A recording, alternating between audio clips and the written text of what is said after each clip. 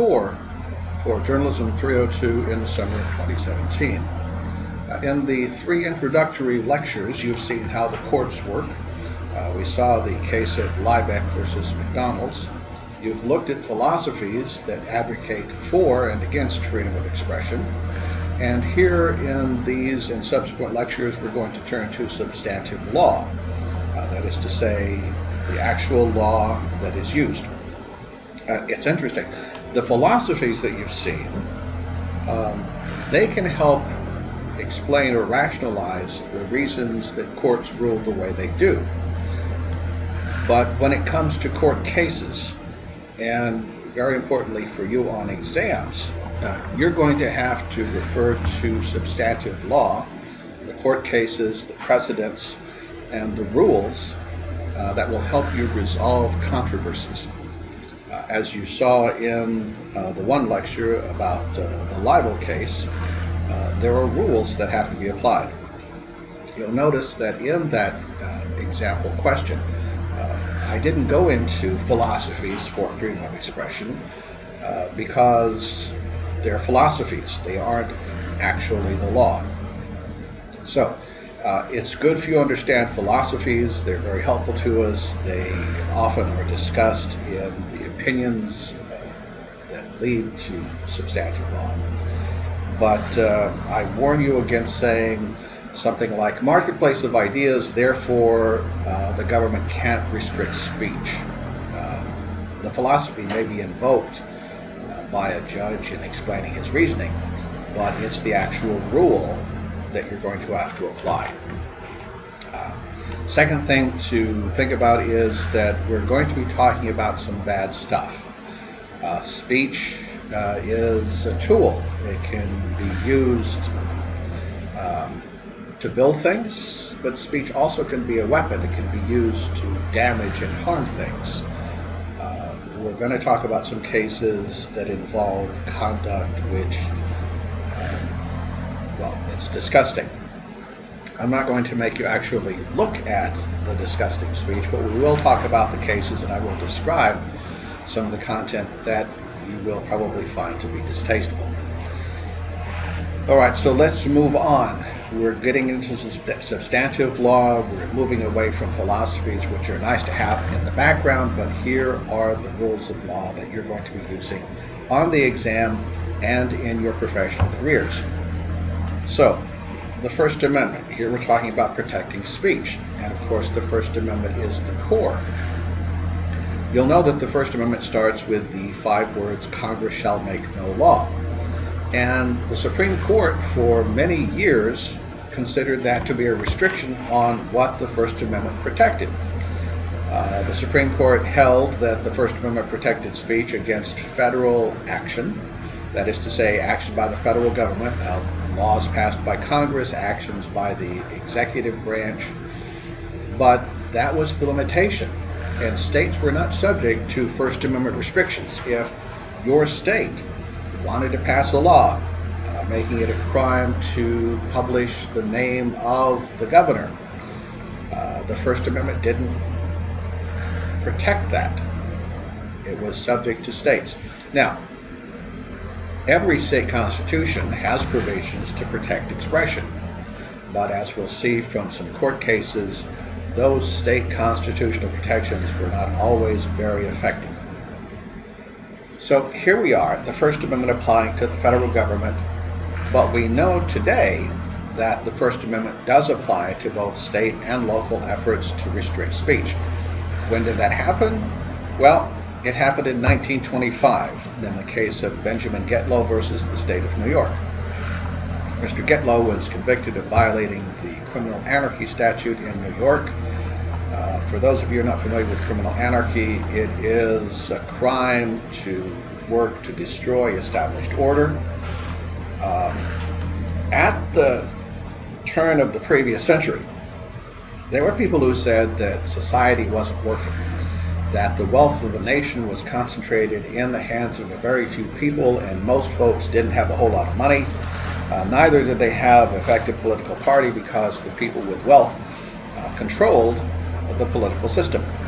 So folks said, we need to change this. Some advocated communism, in which there would be collective ownership of the means of production. Some advocated socialism, in which private property rights would give way to the needs of the members of society.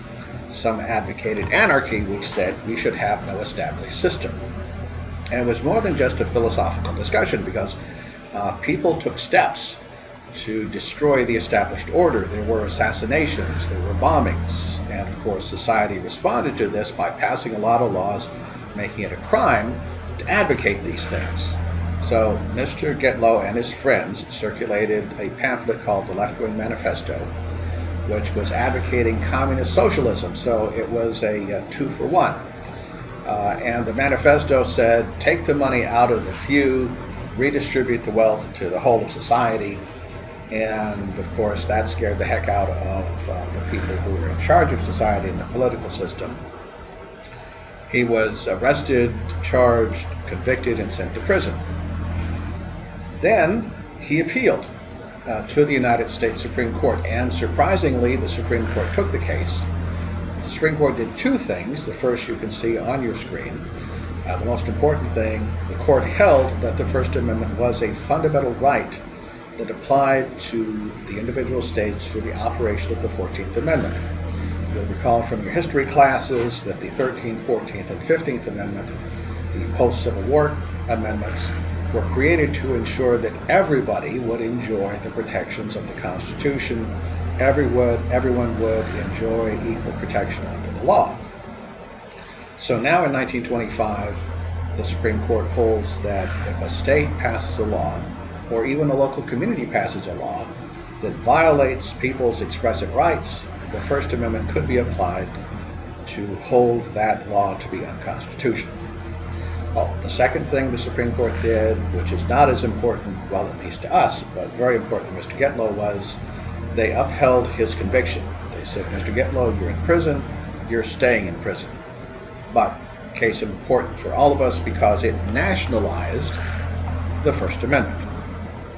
Now, it's not just the First Amendment to protect speech. We also have protection under the Fifth Amendment. The Fifth Amendment, of course, you're familiar with it, not being compelled to testify. But the second part of the amendment, the Due Process Clause, says that they can't take away your life or your liberty or your property unless they follow due process of law. And this is significant to us.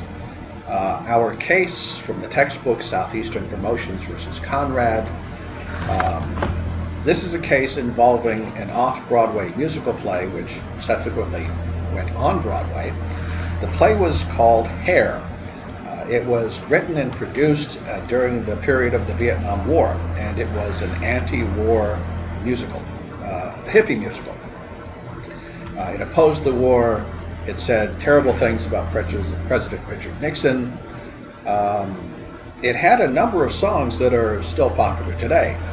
It probably was most famous because it involved the entire cast disrobing at the end of the first act and the audience being confronted with full frontal nudity.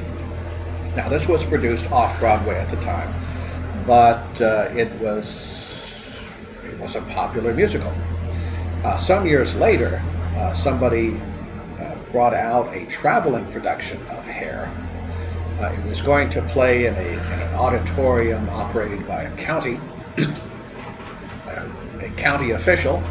Learning that Hair was the production, said, you can't show that terrible play in the county auditorium because it has hippies, references to drugs, it has full frontal nudity, and it says terrible things about now former President Richard Nixon. And he locked him out. The company that was running the traveling production sued. And in that case, the court held that the theater production being locked out of the theater without a court hearing, without being able to challenge that action, was denied due process of law. So if you are in the government and you want to prevent something from being expressed, something from being put on, you have to go through the process of getting a court to agree with you that the production or the expression should not take place.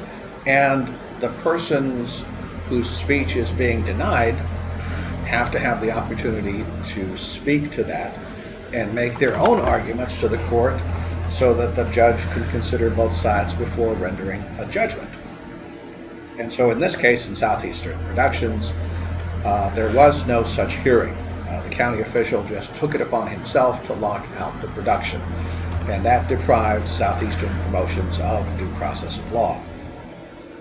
One thing to keep in mind is that due process does not mean fairness.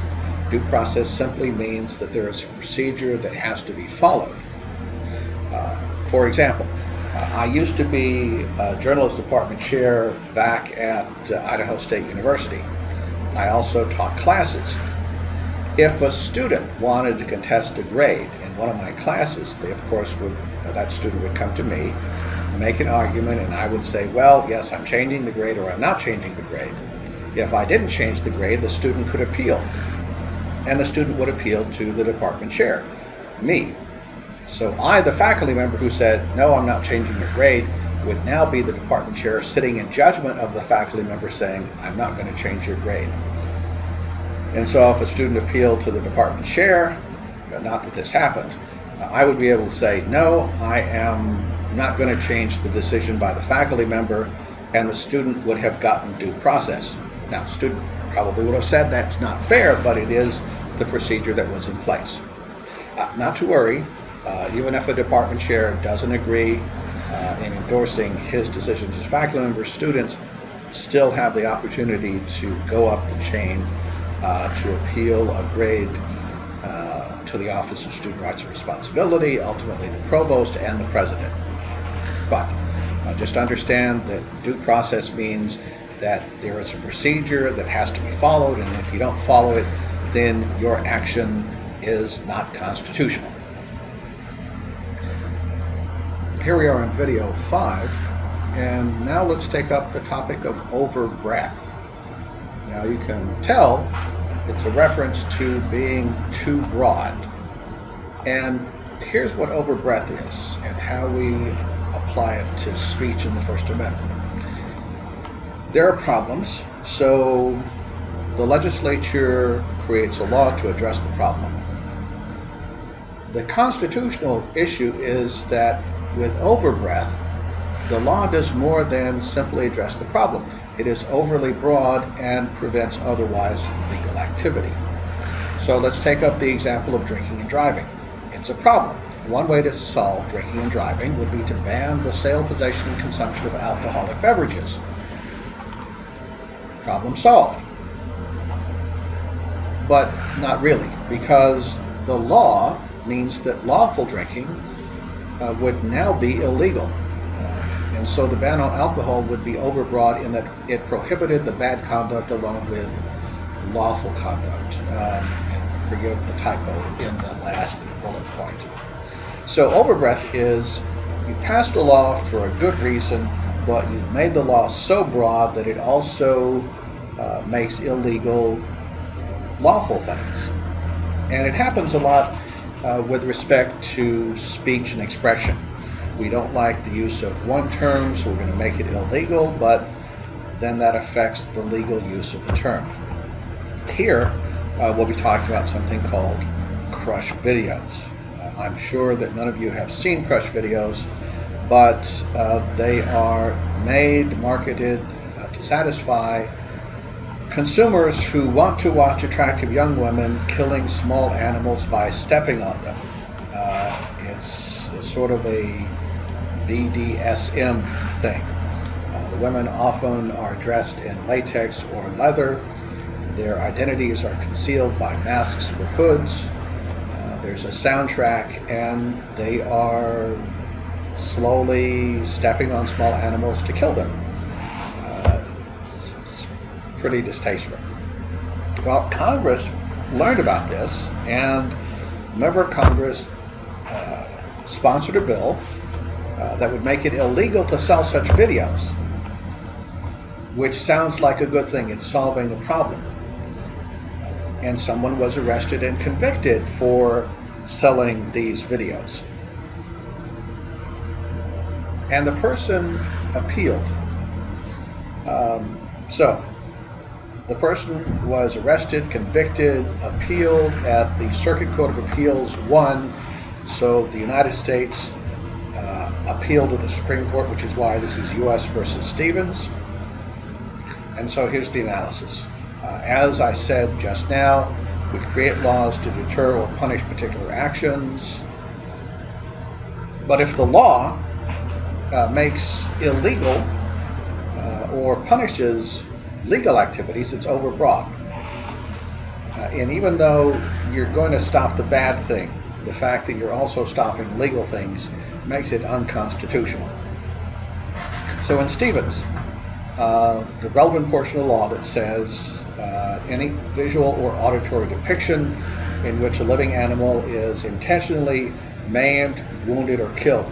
Those are the important parts. Now, it's illegal if the killing or wounding takes place in a state or federal district where it's illegal to do this. You can see there in that slide. Well, in California, hunting is not quite as popular as in other states. In Idaho, hunting is a big deal. In Texas, hunting is a big deal. Oklahoma, hunting is a big deal. But in the District of Columbia, where the case was brought, all hunting is unlawful. Well, the problem is, if it's unlawful to hunt, that is to say, to shoot with a rifle or shoot with an arrow, to wound and kill an animal, then it means that all videos that show people shooting animals, killing animals, is illegal in the District of Columbia. And if you are familiar with popular culture, you know that there are magazines about hunting, there are web programs about hunting, there have been television shows about hunting.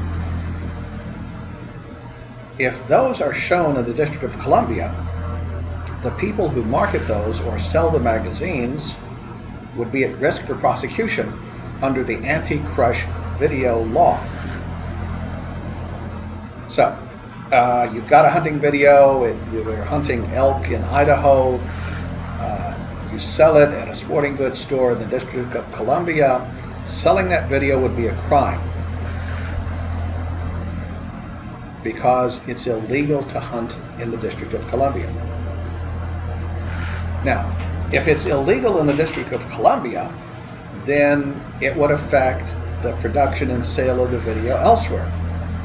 People would have to be sure that the video was never sent to the District of Columbia or brought to the District of Columbia for sale. They'd have to watch if a television show was seen in the District of Columbia, if a website showing hunting was shown in the District of Columbia. That's the big deal about that. So there's a good aspect to this, there's a bad aspect to this. So in United States versus Stevens, the Supreme Court said the fact that this would make a hunting video or a hunting magazine illegal means that it's overbroad. Now, the government said, oh no, we would never prosecute a hunting magazine or a hunting video or a hunting website. We would only prosecute the people selling these crush videos.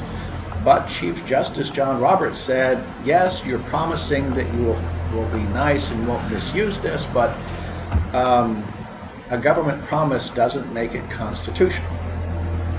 And the Chief Justice said, administrations change, there's a different way to approach crimes, there are different attitudes about hunting, so it's not enough that the government would promise only to apply this against the bad conduct.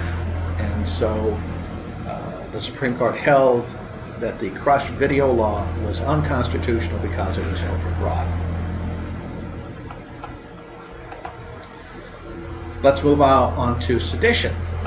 Here is where the government punishes speech, and sedition is speaking out against the government.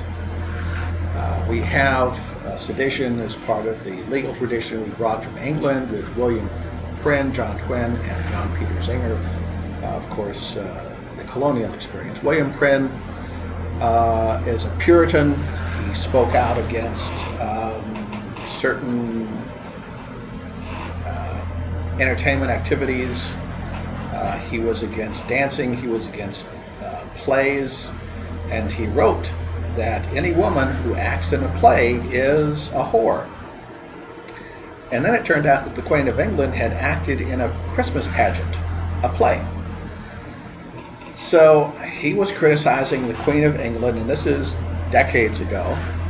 And for that, he was arrested, convicted, and sentenced to be locked up in the stocks. He had an ear cropped off for speaking against the government. John Twynne was a printer. He wasn't actually an author or a speaker. He was a printer, and he had the bad luck of printing a book that said that if a monarch, a king or a queen, does not serve his or her subjects, then the subjects are entitled to overthrow the king or queen and kill them. And of course, in England, which has a king or queen, this was just a radical idea, and the government was not happy. So they arrested Mr. Twynne, said, "Tell us who the author of this book is that you published." And Twynne said, "No, I can't. This is an anonymous author. I'm going to respect his anonymity. I'm not going to tell you." So since the British government couldn't find the author, they punished Mr. Twynne instead, and they cut off his head, they pulled his arms and legs off his body, they cut him open and hauled out his entrails and set them on fire. So speaking out against the government is a big deal. Then we had the case of John Peter Zenger. This is happening in colonial America. John Peter Zenger criticized Bill Cosby, not the Bill Cosby in the news today, but Governor William Cosby, who was the governor of the colony of New York. Zenger criticized him in a dispute where he wanted to take half the salary of his predecessor because he said he was entitled to it. That criticism of the governor led to a criminal trial. In the criminal trial, Andrew Hamilton, not Alexander Hamilton, not the guy from the Hollywood, the Broadway play, Andrew Hamilton spoke out about the right of Englishmen, because Americans were English at that time, to be able to speak freely and openly. And he encouraged the jury to find Mr. Zenger not guilty because he was simply engaging in a practice that Englishmen had long enjoyed, speaking out, speaking their minds. So we have seen that speaking against the government can get you mutilated or killed, or sometimes protected by a jury of peers. We've had sedition laws here in the United States in 1798. Remember, the First Amendment went into effect in 1791, so here it is 7 years later, and Congress passes a law making it a crime to criticize the President, the Congress, or the United States. This was in a period of great uncertainty and unrest. You'll recall from your history classes that we had won our freedom with the aid of France. France then underwent the French Revolution. The French monarchy was overthrown. The French aristocracy sent to the guillotine. England was engaged in a war with France. We were neutral and selling stuff to both sides. And each side was unhappy we were selling stuff to the other side, so the English started raiding our commerce, and the French started raiding our commerce as well. We settled with the English. We made a treaty with the English in which they would stop raiding American shipping in return for some benefits, and that really ticked off the government of France, and so they stepped up their commerce raids against American ships. The French Revolution, with fraternity, liberty, and equality, was seen as the communism of its time. There were concerns that the French Revolution might be exported to the United States because there were a lot of French people here. There was concern that the French might decide to invade the United States and make the United States part of the grander French Revolution and new French political movement. And of course, there were the Francophiles, the people who liked France, like Thomas Jefferson, and there were the Anglophiles, like John Adams. Adams and Jefferson were both running for president. We had made this treaty with England. The French had responded with commerce raids, so we sent a delegation to France. Before the French would discuss terms with the American delegation, they demanded a bribe. This was the famous XYZ affair that you read in your history books in public school. News of that bribe demand was leaked to the public. See, we have had leaks for as long as we've had the United States. It enraged the populace, and so in the presidential election, Adams won. Jefferson got the second highest vote, which meant that Adams would be president, Jefferson would be vice president. It was a different system back then. We didn't have running mates. We had the winner, top vote getter president, second vote getter as the vice president. Adams was concerned about the fact that the company was politically divided, and it was. There were newspapers that were pro-Federalist, pro-Adams. There were newspapers that were pro-Jefferson, pro-Republicans. And when I say Republicans, it's not the same Republican Party we have today. The Republicans of Jefferson were more akin to the Democrats of today. Anyway, there were some really nasty things said about Adams and Jefferson. Jefferson was called the Antichrist. Adams was called the querulous, balding old man with delusions of kingship. These publications, the political divisions, the possibility that we might be attacked by France or that France would export its revolution to America, led Adams and the Federalist majority in Congress to pass the Sedition Act of 1798.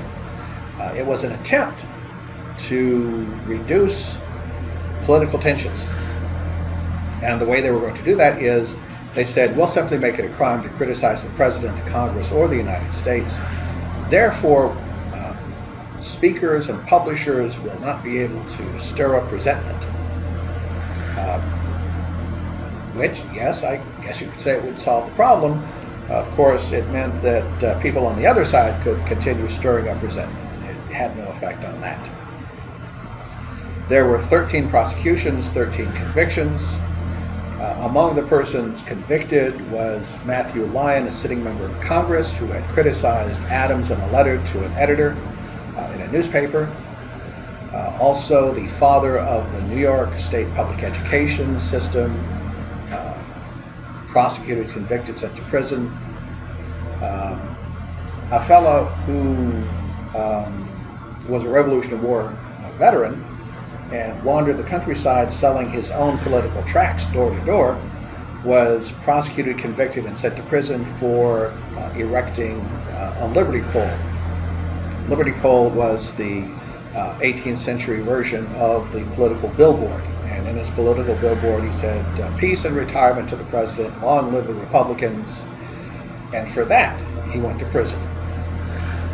And then we had Luther Baldwin. Luther was a fellow living in Philadelphia. And President Adams was going home for the summer. He went through town. And of course, the president going through town was a big deal. They had church choirs out there. They had people lining the streets.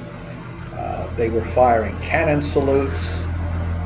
And Mr. Baldwin and a friend of his were in a bar, and they were listening to all this thing going on. They were ringing church bells. And Mr. Baldwin's friend said, oh, look. Of course, they were drunk. oh, there goes the president, and they're firing at his ass. Ha ha ha.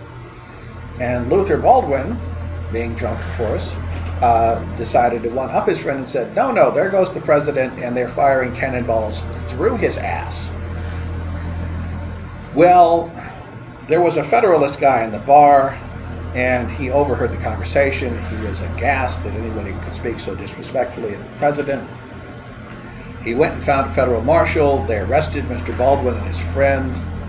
The next day they sobered up. They were taken before a federal judge, and despite their apologies, both Mr. Baldwin and his friend were fined an amount of money. They didn't have the money, so they went to prison to serve the debt that way. Stories about the prosecutions under the Sedition Act were very unpopular. People said, well, you know, I could be talking to my brother-in-law at a party and say something bad about the president or the Federalists. Am I going to go to prison too? So in the next election, Jefferson was voted in as president. The Republicans gained control of Congress. And the Sedition Act of 1798 was not renewed. And ultimately, Congress passed a bill to repay the persons convicted, to repay them the fines they had been assessed. So, 7 years after the First Amendment, Congress made a law restricting speech. So sedition is a big deal for governments. The Espionage Act of 1917 made it a crime to oppose the draft or the war effort.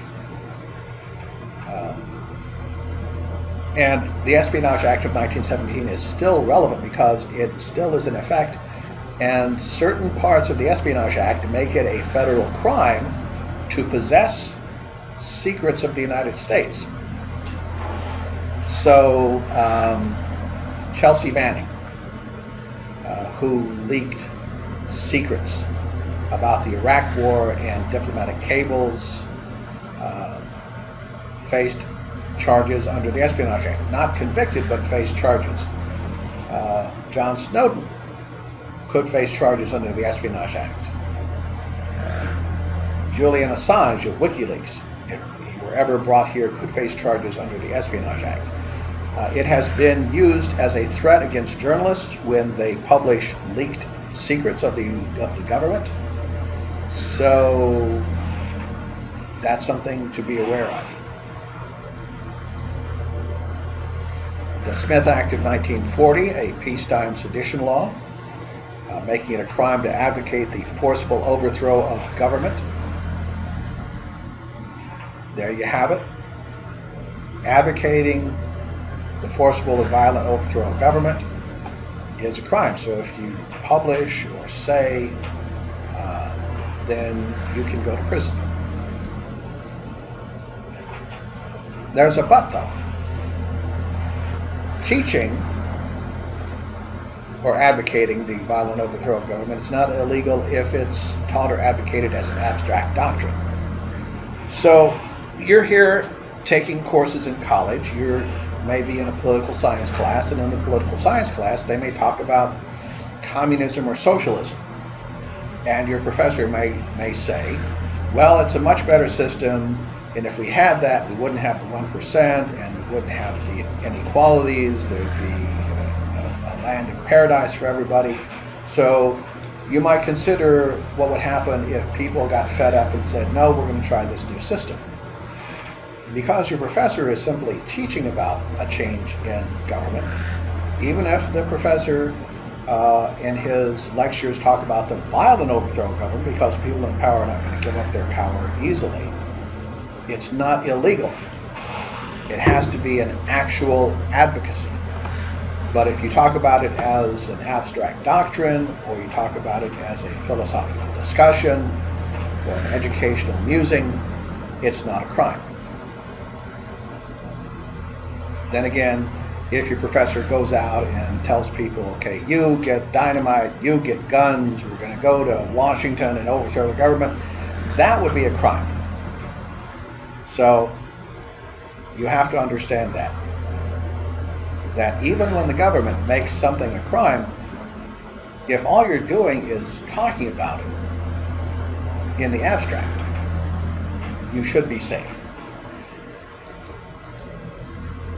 Dennis versus United States, the first of the cases brought under the Smith Act, and the jury there found that the 11 communists who'd been charged with violating the Smith Act had in fact advocated action and so should be convicted and sent to prison.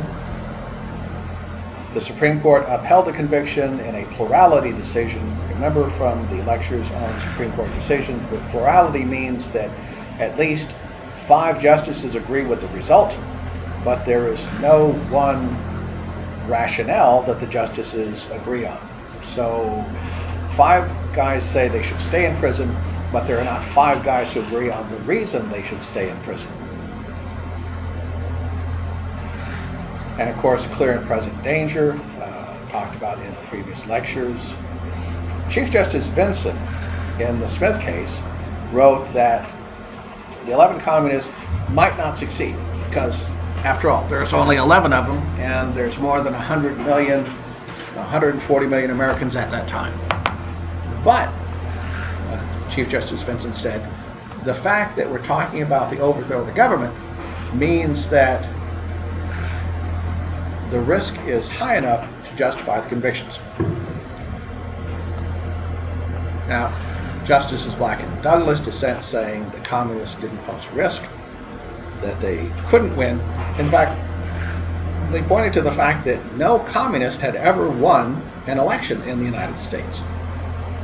And if they could never win, then they shouldn't be punished because, as you recall, the clear and present danger test says it has to be clear as in a real risk or threat, and present as in it's going to happen soon or it's going to happen now. And clear and present says you have to have both of these to justify the punishment of speech. Justices Black and Douglas said the communists will never win, so it's never going to be present. You only have one half of the test, and they shouldn't be punished. Chief Justice Vinson, misapplying the clear and present danger test, well, he says, if the risk is big enough, then we don't have to worry about it being present. We can get by on justifying conviction on only one half of the test. And he had 4 other justices who agreed that they should stay in prison, but he didn't have 4 other justices who agreed that it was because of the clear and present danger test. The key is that you have to be sure that you remember that not every set of words and circumstances create a clear and present danger. And we have a case, Brandenburg versus Ohio, which illustrates the point. Mr. Brandenburg was a person who did not like the fact that integration was going on. He was a strict segregationist. He was affiliated with the KKK. And one day he called a news conference and the press went out to his farm. He was there. About 6 of his buddies were there dressed in Klan regalia, you know, the hoods and the white robes, and carrying shotguns. And Mr. Brandenburg got on the back of a trailer, a hay trailer, and he talked to the press and said, this integration has got to stop. And he said that if it didn't stop, there might have to be some revengeance taken. Not a real word, but the Klan is famous for coming up with new terms. And he talked about the Klan marching 50,000 strong through Washington, D.C. to prevent integration from occurring. Now, Ohio had this law, which you see on your screen, the Criminal Syndicalism Act. And it said that it is illegal to advocate the necessity or propriety of crime, sabotage, violence as a means of accomplishing political change. And they convicted Mr. Brandenburg under that law.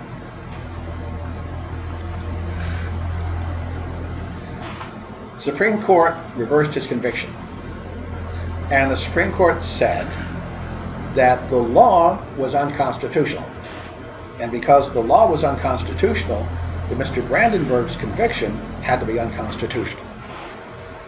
And the way the law was unconstitutional, the Supreme Court said, was that it failed to make a distinction between mere advocacy or abstract doctrine and actual advocacy to incite lawless action. The law didn't make a distinction. Remember, under the Smith Act, you were okay if you talked about overthrowing the government as an abstract doctrine or as a philosophy or as an educational discussion. It was only real advocacy that could send you to prison. Now, Mr. Brandenburg's conviction was based upon a law that didn't provide for that distinction. The Ohio law says it doesn't matter what you're doing. If the words come out of your mouth talking about using violence or force to change government or government policy, then you automatically go to prison. And the Supreme Court there said the laws, all the laws, have to follow essentially the clear and present danger test of the constitutionality of the punishment of speech.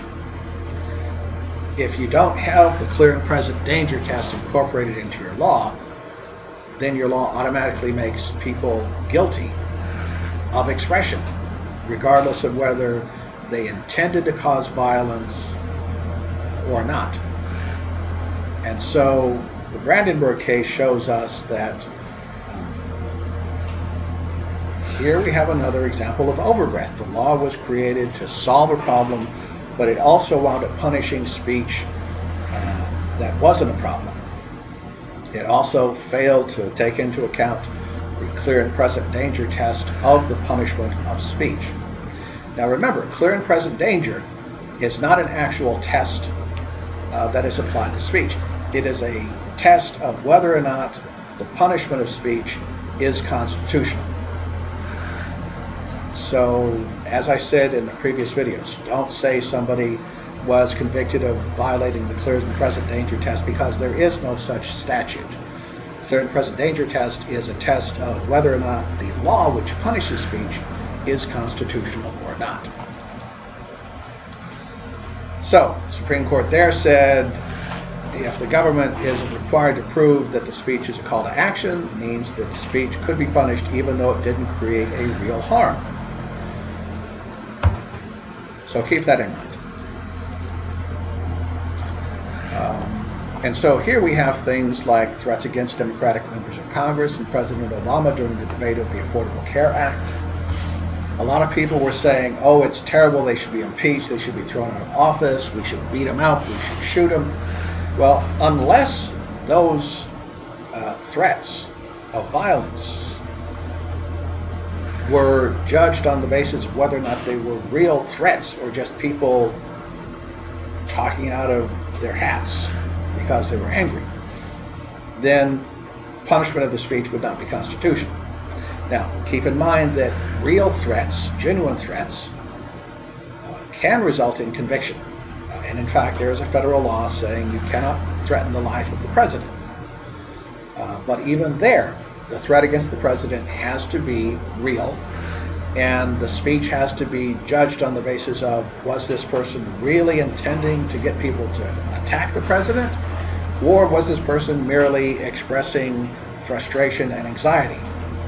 The shooting that occurred in Washington just some days ago, the person posted videos on social media talking about how he didn't like the fact that Donald Trump was ascendant, he didn't like policies.